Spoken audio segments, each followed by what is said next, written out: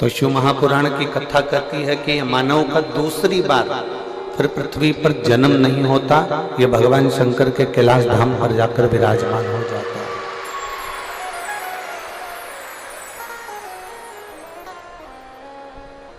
बार बार जन्म, बार बार मृत्यु के इस प्रपंच से वो छूट जाता है।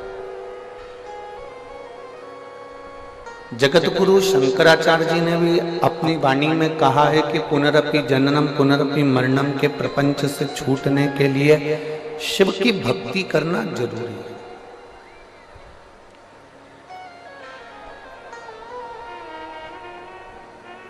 बिना शंकर की भक्ति के जन्म और मरण के प्रपंच से हम लोग छूट नहीं सकते।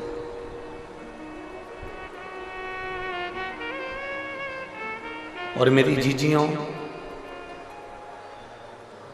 रेवाड़ी की मेरी बहनों और मेरे जीजाओं, बेटियों, बेटाओं, मेरी माताओं, ना जाने कौन कौन से पुण्य कर कर हमने मानव का शरीर प्राप्त किया है। ना जाने कौन कौन से पुण्य कर कर हम ये मानव के शरीर में आए हैं। और मानव का शरीर मिलने के बाद ना जाने कौन कौन से पुण्य हमारे प्रबल हुए होंगे, तब जाकर हम रेवाड़ी में ये शिव महापुराण की कथा में विराजमान हुए।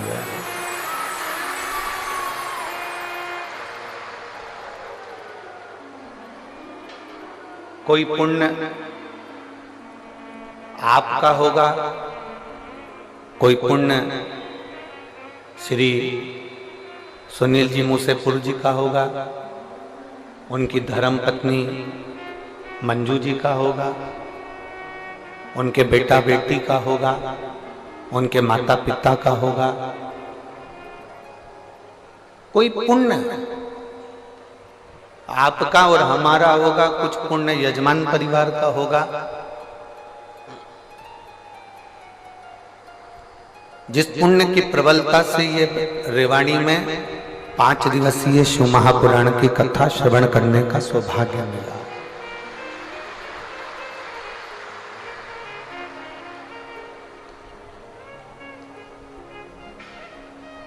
आप आ गए, बैठ गए, कथा श्रवण करने के लिए विराजमान हो गए।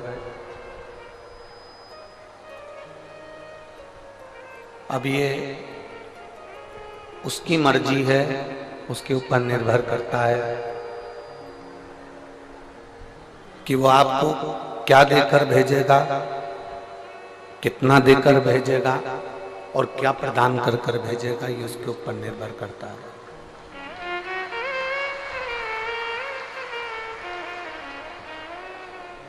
ये आपके और हमारे ऊपर निर्भर नहीं है, ये उस परमात्मा के ऊपर निर्भर है।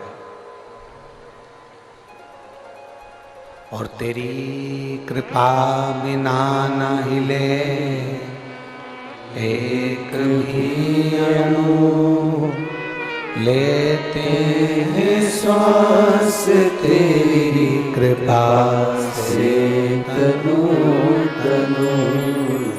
बखान क्या करूं मैं राखों के ढेर का, चपटी भगोत में है खजाना कुबेर का।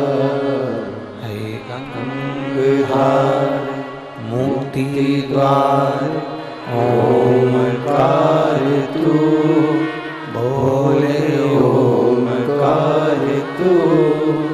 आर्यो शक्ति धारी शंभु तारकार तू। ये उसकी मर्जी है, उसका मन है, उसके ऊपर निर्भर है कि वो हमको क्या देकर भेजे, क्या प्रदान कर कर भेजे। हमारा काम है केवल भगवान को पुकारना।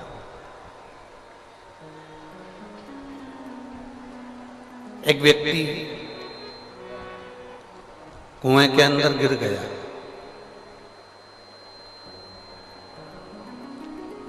अब आसपास की जो दीवारें बड़ी चिकनी हो चुकी है क्योंकि उसमें कई लगे।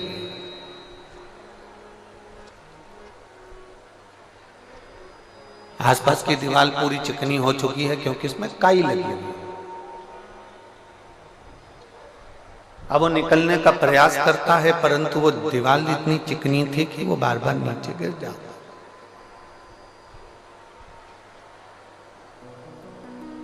फिर थोड़ा सा ऊपर चढ़ने का प्रयास करता है, फिर नीचे गिर जाता। अब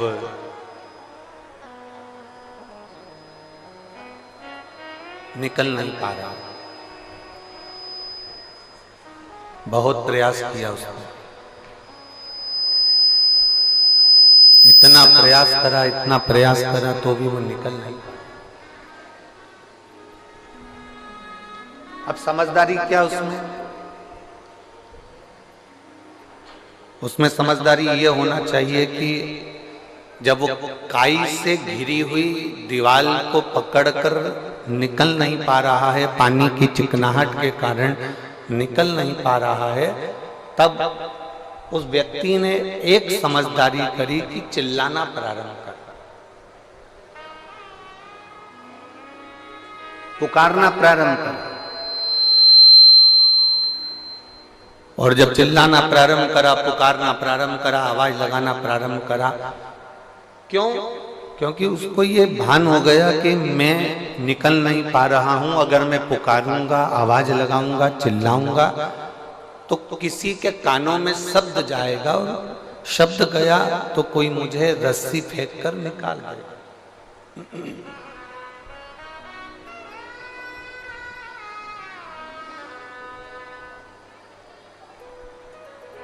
यदि मैं पुकारूंगा तो कोई मुझे रस्सी फेंकेगा, नीचे डालेगा और मुझे निकाल लेगा। अब उसने जम जम कर चिल्लाना प्रारंभ करा, पुकारना प्रारंभ करा, आवाज लगाना प्रारंभ, और जब बहुत तेज उसने आवाज लगाई, बहुत तेज पुकारा, बहुत बहुत उसने आवाज लगाई, तब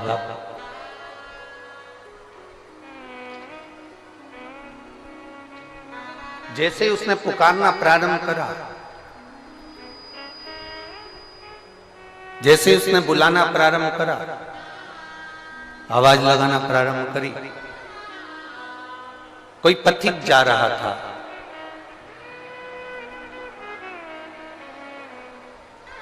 एलईडियां चालू करिए, एलईडी वाले एलईडियां चालू करिए।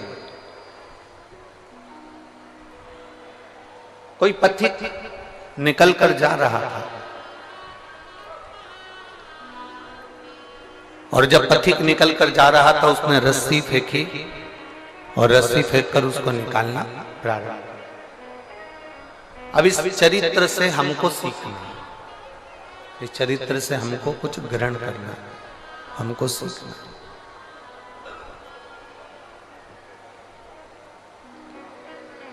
हम भी भवसागर के इस कुएं के अंदर गिरे पड़े, भवसागर के इस कुएं के अंदर हम भी गिरे पड़े हुए हैं, और आसपास बहुत सारी परिवार, नाते, रिश्ते, कुटुंब, कबीले की काई लगी पड़ी हुई है। बेटी कहती है पापा पापा, बेटे कहते हैं पिताजी पिताजी, माताजी माताजी, भाई कहता है भाई भाई, बहन कहती है भैया, माता पिता कहते हैं मेरा बेटा। ये सारी काई लगी पड़ी हुई है, और भव सागर से, कुएं से हम निकल नहीं पा रहे हैं।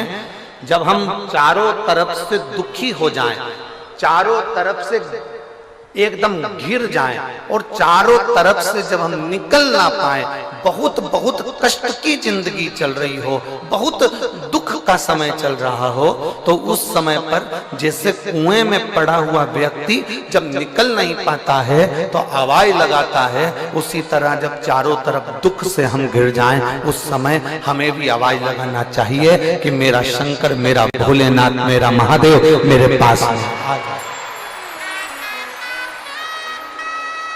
हम उसको पुकारें, हम उसको आवाज लगाएं, हम उसको पुकारने का प्रयास करें, हम उसको बुलाने का प्रयास करें। और जब हम उसको बुलाएंगे, जब हम उसको पुकारेंगे, तब मेरा देव अधिदेव महादेव मेरे नजदीक में आएगा। जब आप उसको पुकारो, आप उसको बुलाओ। बोल बम का नारा है,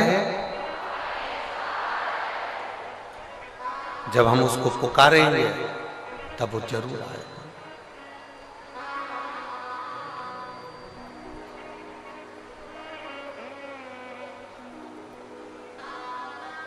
उसको पुकारने के लिए आपको कोई दिखावे की जरूरत नहीं है। शिव महापुराण की कथा कहती है उसको पुकारने के लिए केवल तुमको एक निर्मल मन, निर्मल सोच, निर्मल बुद्धि, निर्मल चित्त चाहिए। वो तुम्हारे सम्मुख में होगा। जैसे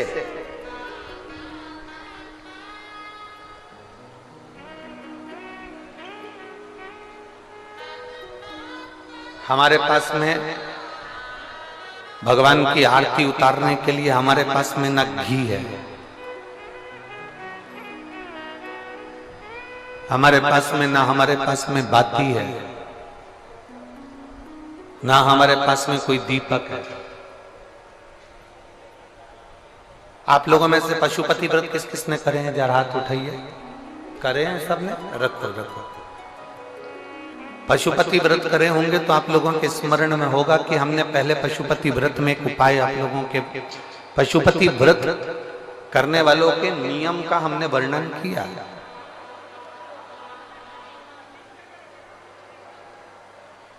कितने दिए लेकर जाते हो आप लोग? जम के बोलो जरा।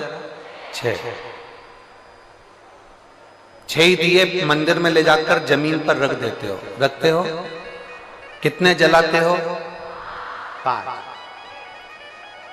5 दिए जलने के बाद जो छठे नंबर का दिया है उसको वापिस जो बिना जला है उसको थाली में रख लेते। इसके अलावा तो कोई दिया लेकर नहीं जाते। जम के बोलो जरा। नहीं। अब कोई ऐसा समझदार व्यक्ति ऐसा होता है कि वो क्या करता है कि इन्हीं 5 दिए को उठा लेता है और उससे भगवान शंकर की आरती उतार देता है। कोई ऐसा रहता है कि वो 6 दिए के अलावा 1 दिया या 1 बाती अलग से लेकर जाता है जो भगवान शंकर की आरती उतार देता है। शिव पुराण में पशुपति व्रत का नियम है, आप सुबह के समय पर जो पूजन करने की थाली लेकर गए हैं, सुबह के समय पर आप भगवान शंकर की जो पूजा की थाली लेकर गए हैं, उस पूजा की थाली में सुबह के समय पर आप भगवान को लगाने के लिए दिया लेकर जाओ, मना नहीं है। सुबह के समय पर आप भगवान शंकर को दूध चढ़ाओ, जल चढ़ाओ, अभिषेक करो, पूजन करो, अर्चना करो, मना नहीं है। सुबह के समय तुम महादेव की दिए से आरती उतार दो, मना नहीं है।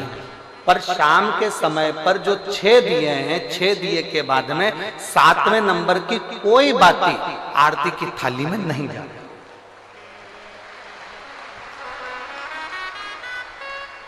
कोई बाती एक्स्ट्रा नहीं जाएगी कि आप पूजन करिए और पूजन करने के बाद आपने भगवान की आरती उतार दी ना। शिव महापुराण में तो यहाँ तक नियम है कि आप जो प्रसाद बनाते हो ना, जो आप खीर बनाए या आपने सीरा बनाया, हलवा बनाया, मीठा चावल बनाया या आपने मीठा सीरा बना लिया, खीर बना ली, कोई सामग्री मीठी बना ली, तो शिव महापुराण तो यहाँ तक कहती है कि आपने जितना सामान कढ़ाई में बनाया है, आपने जितना सामान अपनी कढ़ाई के अंदर बनाया है, उतना सामान पूरा की पूरा ही आपको मंदिर लेकर जाना है। घर के अंदर आदत छोड़ना नहीं है।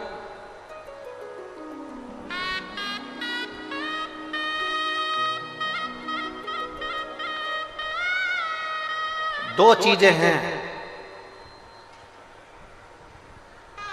जो चलित में किसी को दी नहीं जाता।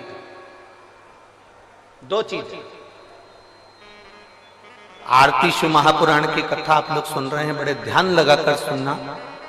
दो चीजें हैं जो चलित में किसी को दी नहीं जाती। एक अपने घर का तवा, तवा जानते हो जिस पर रोटी बनाते हो, कोरा तवा है, उस पर आपने कभी रोटी नहीं बनाई है तो आप किसी को दे सकते हो, मना नहीं। और यदि जिस तवे पर घर के अंदर रोटी बन चुकी है, जिस तवे पर रोटी उतर चुकी है, उस घर के तवे को किसी को नहीं दिया जाता। क्यों? क्योंकि घर में जो बच्चे हैं वो बीमार के बीमार बने ही रहते हैं, वो कभी स्वस्थ नहीं हो सकते, कभी नहीं हो सकते। अगर एक बच्चा बीमार है तो दूसरा ठीक होगा, दूसरा बीमार है तो तीसरा ठीक होगा, तीसरा है तो चौथा बीमार पड़ेगा, ये निश्चित। दो चीजें चलित में किसी को नहीं दी जाती, एक तवा, दूसरे नंबर की कढ़ाई। घर में जो कढ़ाई होती है जिसमें आप सब्जी बना ली है, कोई सामग्री तल ली आपने, पूड़ी बना ली, कोई सब्जी बना ली, कोई हलवा बना लिया, सीरा बना लिया, कोई पदार्थ बना लिया। कोरी कढ़ाई है ना, आपकी मर्जी पड़े उसको दे दो, चले। कोरी कढ़ाई है ना, आप किसी को भी दे सकते हो। पर जिस कढ़ाई में आपने भोजन का निर्माण कर लिया है, जिस कढ़ाई में आपने कभी भी एक बार भी अगर कुछ बना लिया है, तो वो किसी को गिफ्ट में या किसी को दान में या किसी को दी नहीं जाती। नहीं तो उस घर के अंदर 1 रुपया कमाओ, 1.25 रुपये खर्च वाला काम चलता है। घर में कभी पैसा टिक ही नहीं सकता, वो जिंदगी भर कितना भी प्रयास है, वो अपने जीवन में कितना भी प्रयास कर ले, घर में पैसा नहीं टिकेगा। वो भले कुबेर का खजाना लेकर आ जाए, चाहे वो दुनिया का भंडार भर कर ले जाए, पैसा आएगा जाएगा, घर के अंदर टिक नहीं। दो चीजें चलित में दी नहीं जाती। आपको बोलना है कौन कौन सी चीजें हैं। पहले नंबर की तवा, दूसरे नंबर की, ये दो चीजें दी नहीं जाती, हम इसको देते नहीं, देना नहीं। हाँ, यदि वो कोरी है, उसमें ना रोटी बनाई गई है, ना उसमें कोई सामग्री बनाई गई है, अगर वो कोरी है तो आप दे दो। पर यदि एक बार भी अगर वो प्रयोग में आई है तो वो नहीं, उसको देते नहीं, उसको दिया नहीं जाता। शिव पुराण भगवान शंकर का पावन चरित्र कह रहा है। पशुपति व्रत करने वाली माताओं के चित्त वृत्ति में यह बात बैठना चाहिए, चाहे भाई पशुपति व्रत कर रहे हो, बेटे कर रहे हो, माताएं कर रही हो, बच्चे कर रहे हो, उनके बुद्धि में ये बात बैठना चाहिए कि सुबह के समय जाकर आप भगवान की पूजन करो, अर्चना करो, आरती करो, मना नहीं है। पर शाम के समय पर 6 दिए के सिवाय एक बत्ती भी मंदिर के अंदर थाली के अंदर रखकर नहीं जाती आरती उतारने के लिए। अगर तुम्हें आरती उतारना है तो साथ में छोटा सा कपूर का टुकड़ा अपनी आरती की थाली में लेकर चले जाओ, पर बाती और दिया नहीं जाए, बाती और दिया नहीं जाए। वैसे तो आप लोग लेकर नहीं गए हो, मुझे विश्वास है कि आप लोग लेकर नहीं गए हो, और लेकर गए भी होगे तो उसका फल आपको फिर प्राप्त नहीं हुआ होगा। तो आप लोगों ने दूसरों से कहा होगा हमने तो करा पर हमें फल नहीं मिला। उसका कारण केवल इतना है कि आप उसका फल प्राप्त नहीं कर।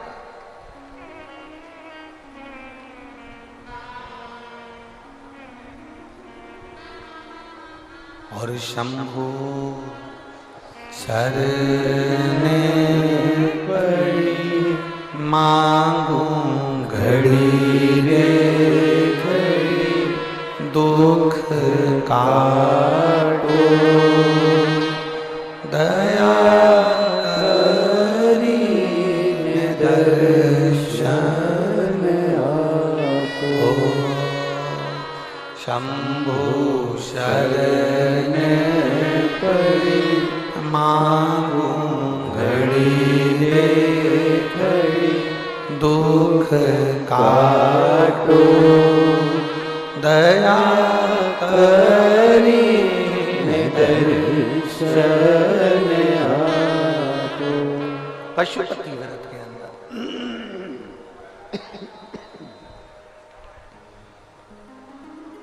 पशुपति व्रत के अंदर शाम के समय पर जब भगवान की आवाज गूंज रही है, सब दूर आवाज रिटर्न आ रही है, गला पकड़कर बोलना पड़ रहा है, उसको मिठास डालिए।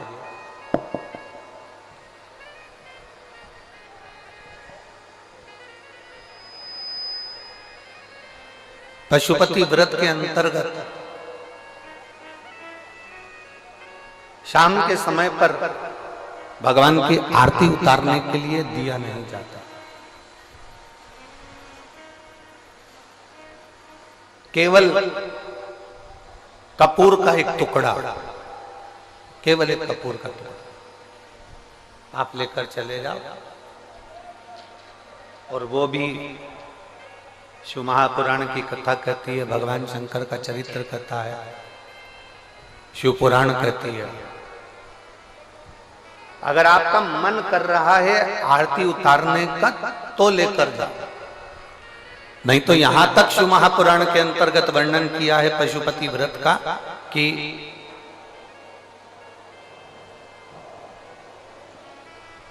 एक बेलपत्री को हाथ के अंदर लेकर अपने हृदय से उसका स्मरण कर कर शंकर भगवान को अर्ध घुमाकर, कैसा घुमाना है?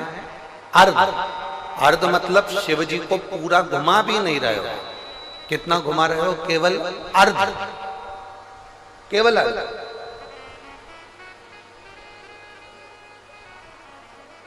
शिव जी को केवल अर्ध घुमाकर आप अगर अपने हृदय से शंकर भगवान को वो बेलपत्र समर्पित करते हो तो शिव उसको आरती के स्वरूप में स्वीकार कर लेता है। यहां तक शिव पुराण कहते हैं।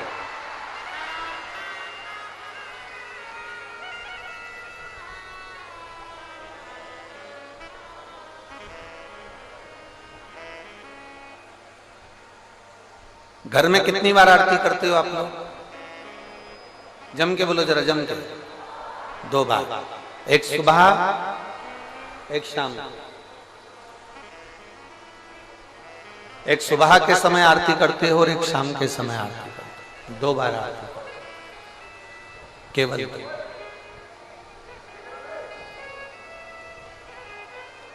अब 2 बार आरती करने में आप भगवान शंकर को, भगवान गणेश जी को, माता पार्वती जी को, दुर्गा भवानी को, भगवान शालिग्राम जी को, भगवान लड्डू गोपाल जी को, तुम्हारे घर में जिस जगह पर तुम भगवान की आरती करते हो उस जगह पर सारे देवता विराजमान हैं। किसी किसी का घर ऐसा होगा जहां पर सब देवता नहीं होंगे, फिर भी 2-4 तो होंगे।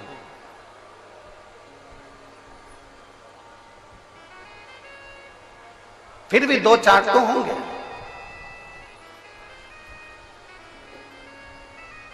जिस घर के अंदर सारे देवता विराजमान हैं, सभी देवी देवता जिसके घर के अंदर विराजमान हैं, आप प्रयास करा कर, प्रयास करना।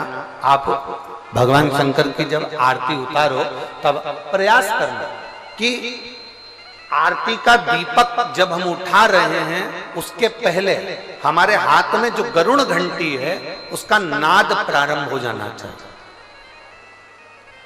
गरुड़ घंटी का नाद प्रारंभ हो जाता है, उसके बाद आरती का दीपक जब उठता है। घर के अंदर की बात है, बाहर मंदिर की हम बात नहीं कर रहे हैं, हम घर के अंदर की बात कर रहे हैं। जब घर में सारे देवता जहां पर विराजमान हो, देवी भी है, देवता भी है, कुल देवता भी हैं, पितर देवता भी हैं, ये देवता भी हैं, वो देवता भी हैं, सारे देवी देवता जब वहां विराजमान हैं, तब उस जगह पर आपको एक क्रम करना है कि घंटी का नाद पहले करना।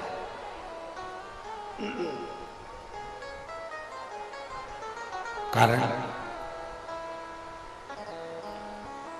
अगर किसी मंदिर के अंदर केवल एक देवता है, किसी मंदिर के अंदर केवल एक देवता है, तो आप डायरेक्ट आरती उठाइए, घंटी बजाइए और चालू हो जाइए। पर घर के अंदर अगर सारे देवता विराजमान हैं, गणेश जी बैठे हैं, देवी जी बैठी है, पितृदेव बैठे हैं, गरुण देव बैठे हैं, वरुण देव बैठे हैं, सारे देवता देवी देवता उस मंदिर के अंदर बैठे हैं, तो आपको पहले गरुड़ की घंटी का नाद करना चाहिए। उसका कारण ये होता है कि जितने देवी देवता हैं, घंटी की आवाज सुनते से ही उन देवताओं की दृष्टि हमारे ऊपर पड़ जाती है, और हम जब दीप उठाते हैं, आरती निहारना प्रारंभ करते हैं, तो देवता हमको वर प्रदान करना प्रारंभ कर देते हैं। वो देवता हमें वर प्रदान करना प्रारंभ कर देते हैं।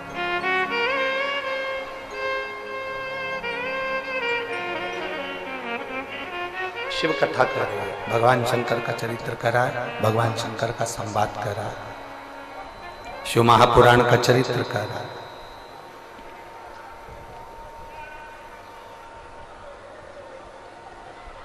पशुपति व्रत करने वाले को 2 नियम सबसे पक्के रखना चाहिए। अगर आप लोगों ने व्रत किया है तो उसके फल के लिए आपको ये कर्म करना पड़ेगा। एक महिला ने एक पत्र लिखा है,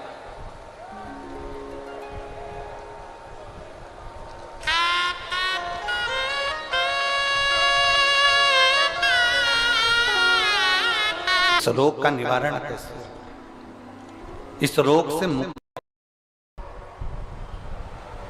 और बहुत ध्यान देने वाला विषय है।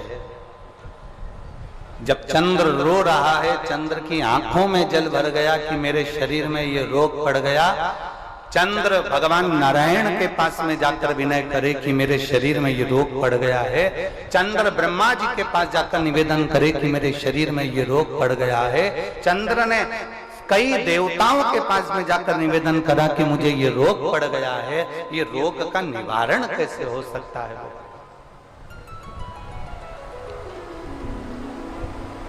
इस रोग का निवारण कैसे, इस रोग से मुक्ति कैसे।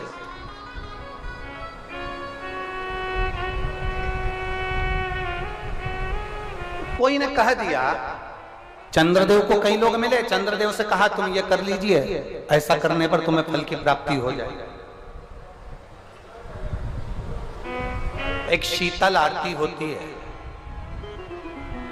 मेरी जीजियों बड़े सावधानी से सुनिएगा। एक शीतल आरती होती है।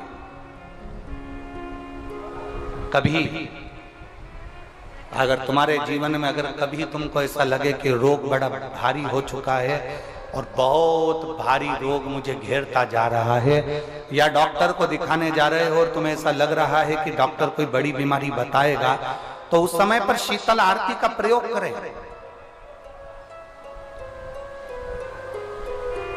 एक पुष्प हाथ की हथेली में रख लीजिए, एक पुष्प हाथ की हथेली में रख लीजिए, और यहां तक शास्त्र कहता है अगर हो सके तो आंकड़े का अगर पुष्प मिल जाए, तुम्हारे यहाँ क्या बोलते हैं उसको, मंदार का फूल, आंकड़े का फूल, अकौए का फूल, जो शंकर भगवान पे चढ़ता है, छोटा सा होता है, घुंघरू जैसा होता है वो, उसको तुम्हारे यहाँ क्या बोलते हैं हरियाणा में, आंख का ही पुष्प बोलते हैं। आंख का पुष्प मिल जाए तो ज्यादा अच्छा है। अब उसमें चाहे सफेद हो, चाहे नीला हो, चाहे गुलाबी हो, जैसा भी हो, हाथ में रखने के बाद हाथ में 1 लोटा जल, भगवान शंकर के शिवालय में जब आप प्रवेश करें और प्रवेश करते समय भगवान के सम्मुख में जब भगवान शंकर के साक्षी में जब पहुंचे, आपके सामने पूजन में कोई भी सामग्री नहीं है, आपके पास में न दिया है, ना बाती है, ना गर्भवती है, ना चंदन है, ना कपूर है, ना कोई सामग्री है, केवल एक आंख का पुष्प और 1 लोटा जल आपके पास में है। शिवालय में पहुंचकर शीतल आरती का प्रयोग करो। 11 बार भगवान शंकर के 11 रुद्रों का स्मरण कर कर जब 11 बार शंकर के शिवलिंग के ऊपर से नीचे तक वो कलश को जब घुमाया जाता है, और घुमाने के बाद वो आंख का जो पुष्प है वो अशोक सुंदरी वाली जगह पर समर्पित कर कर भगवान शंकर को जो जल चढ़ाया जाता है, जो जल समर्पित किया जाता है, डॉक्टर भले तुमसे कह रहा हो कि तुम्हें बड़ी बीमारी के चांस हैं, आप जाकर एक बार चेक कराना, तुम्हें वो बड़ी बीमारी निकलेगी ही नहीं, उस रोग से तुम मुक्त हो। इसको शीतल आरती का प्रयोग किया गया। ये शीतल आरती, इसको शीतल आरती कहा। शिव की प्राप्ति का, एक रोग से मुक्त होने का। अब आपसे कोई कहे कि ये शीतल आरती का प्रयोग सबसे पहले किसने करा, तो आपको ध्यान लगाना है इस प्रयोग को। सोमनाथ जी की कथा का स्मरण करिएगा, सोमेश्वर की कथा का स्मरण करिएगा। आप स्कंद पुराण में, शिव महापुराण में सोमनाथ जी की कथा का स्मरण करिएगा। चंद्रदेव को काया का रोग हो गया, रोग इतना भारी था, चंद्र समझ नहीं पा रहे थे मैं करूं क्या। जब देव ऋषि नारद के पास पहुंच गए, नारद जी ने कहा एक पार्थिव शिवलिंग का निर्माण करो, बालू के शिवलिंग का निर्माण करो और समुद्र का ही जल भगवान शंकर को उनके आनंद से आरती कर कर उनको चढ़ाने का प्रयास करो। और शिव ने ऐसी कृपा कर दी कि चंद्र के पास आकर भगवान शंकर ने कह दिया, चंद्र मैं तुझे वर देता हूं, तेरा काया का रोग समाप्त होगा, ये मेरा वर है क्योंकि तूने मेरे शीतल आरती का प्रयोग किया।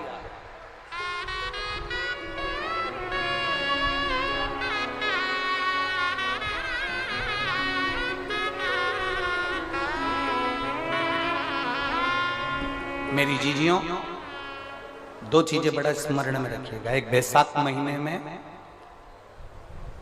मट्टी के पात्र का जल,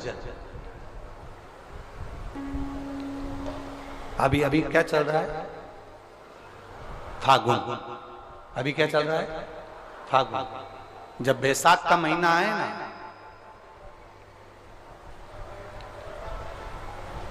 जितने यहां बैठे और जितने आस्था चैनल पर सुन रहे और जितने फेसबुक यूट्यूब पर कथा श्रवण कर रहे हैं, जितने मोबाइलों पर देख रहे हैं, प्रयास करना, बैसाख के महीने में मिट्टी के पात्र में जो रात्रि भर जल रखा हो, मिट्टी के पात्र में, अगर आपके पास में घड़ा हो, हंडा हो, नी हो, तो दिया हो, दीपक हो, कुल्लड़ हो, कोई भी तुम्हारे पास में जो मिट्टी का पात्र, उसमें जल भरना।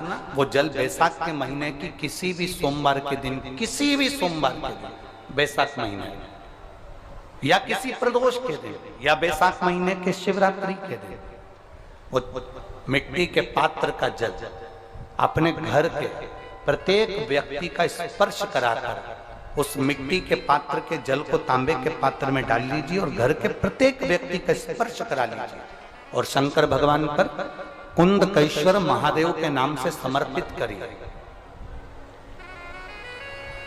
कुंदकेश्वर महादेव, कभी जीवन में पीछे पलट कर देखने की जरूरत नहीं पड़ेगी, आप उन्नति की सीढ़ी की ओर बढ़ते चले जाओगे। बैसाख महीने में मट्टी के पात्र का जल भगवान शंकर को समर्पित होना चाहिए, उसका सुख हमारे जीवन को एक आनंद फल प्रदान।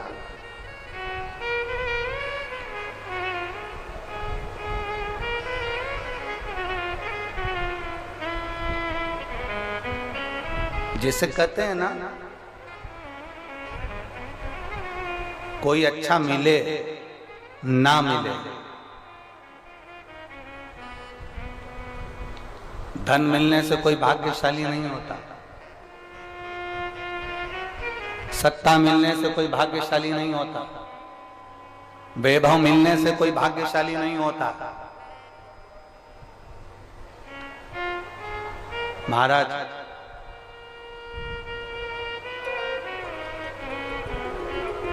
धन मिलने से कोई भाग्यशाली नहीं होता, वैभव मिलने से कोई भाग्यशाली नहीं होता, सत्ता मिलने से कोई भाग्यशाली नहीं होता, बड़ा मकान मिल जाने से कोई भाग्यशाली नहीं होता। शिव महापुराण की कथा कहती है, अगर दो सही मिल जाएं तो तुम्हारा जीवन सफल हो जाए, एक गुरु सही मिल जाए और दूसरी घरवाली सही मिल जाए तो तुम्हारी जिंदगी स्वर्ग।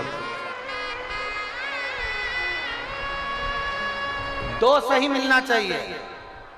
धन मिलने से कोई भाग्यशाली नहीं होता, वैभव मिलने से कोई भाग्यशाली नहीं होता, सत्ता मिलने से कोई भाग्यशाली नहीं होता, बड़ी मकान बड़ी गाड़ी मिलने से कोई भाग्यशाली नहीं होता।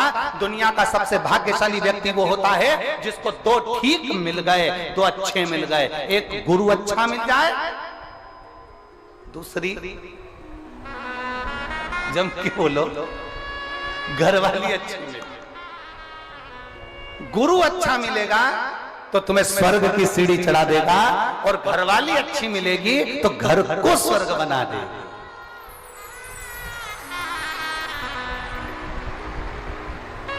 और इसमें से भी गुरु भले पीछे रह जाए, पर जगदम्बा घरवाली भगवान से प्रार्थना करना ऐसी मिले जो मेरे अनुकूल हो, प्रतिकूल नहीं, अनुकूल। एक पति की पत्नी अनुकूल नहीं थी, प्रतिकूल थी। पति उससे कहता था आलू की सब्जी बना ले, वो बैंगन की बनाती थी। पति उससे कहता आज तू पीली साड़ी पहनना, वो नीली पहनती थी।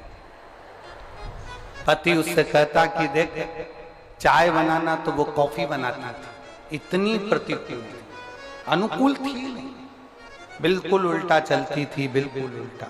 एक दिन पति को बड़ा दुख हुआ और पति ने अपने गुरुजी से कहा, गुरुदेव 16 श्राद्ध का समय आ रहा है, श्राद्ध पक्ष आ रहा है, गुरुदेव मेरे पिताजी का श्राद्ध आ रहा है। मैं अपनी पत्नी को बोलता हूं पर वो श्राद्ध नहीं करने देती है क्योंकि उल्टा चलती है, मैं क्या करूं? गुरुजी ने कहा एक काम कर, अभी तक वो उल्टा चलती थी, अब की बार तू उल्टा चल। उसने कहा गुरुजी उल्टा कैसे चलूं? तो वो तुरंत गुरुजी ने कहा कि एक काम कर, तू ऐसा कर कि आज घर जाकर बोलना अपनी पत्नी से, सुनो पिताजी का श्राद्ध है पर अपन श्राद्ध नहीं करेंगे। अभी तक बोलती थी करेंगे, अब बोलना नहीं करेंगे। उसने कहा ठीक है ऐसा बोल दूंगा। और उसने जाकर तुरंत कहा सुनो पिताजी का श्राद्ध है, अपन नहीं करेंगे। पत्नी तुरंत चिल्ला के बोली क्यों नहीं करेंगे? तुम्हारा बाप तुम्हारा पिता और तुम ही उनका श्राद्ध भी कर रहे, जरूर करेंगे। अब पति ने मन में सोचा गुरुजी तो गुरुजी है, कितना बड़ा ज्ञान दे दिया भगवान, कितना बड़ा। और गुरुजी ने कहा था जो जो तुझे करवाना है उसके लिए उल्टा चलना। इतने में इसने कहा सुनो श्राद्ध करेंगे तुम कह रही हो तो, पर पंडित को भोजन नहीं कराएंगे। इतने में पत्नी जूड़ा बांधती बांधती बोली क्यों नहीं कराएंगे? इतनी सारी प्रॉपर्टी का छाती पे बांध के ले जाओगे, 100 बामन को जिमाएंगे जा। पति ने सोचा आज तक एक नहीं जिमाया होगा, 100 बामन जिमा रही है। पति ने कहा ब्राह्मण को जिमा देंगे तेरे कहने पर दक्षिणा नहीं देंगे। कैसे नहीं दोगे? सबको सोने की अंगूठी देंगे। पति बड़ा अब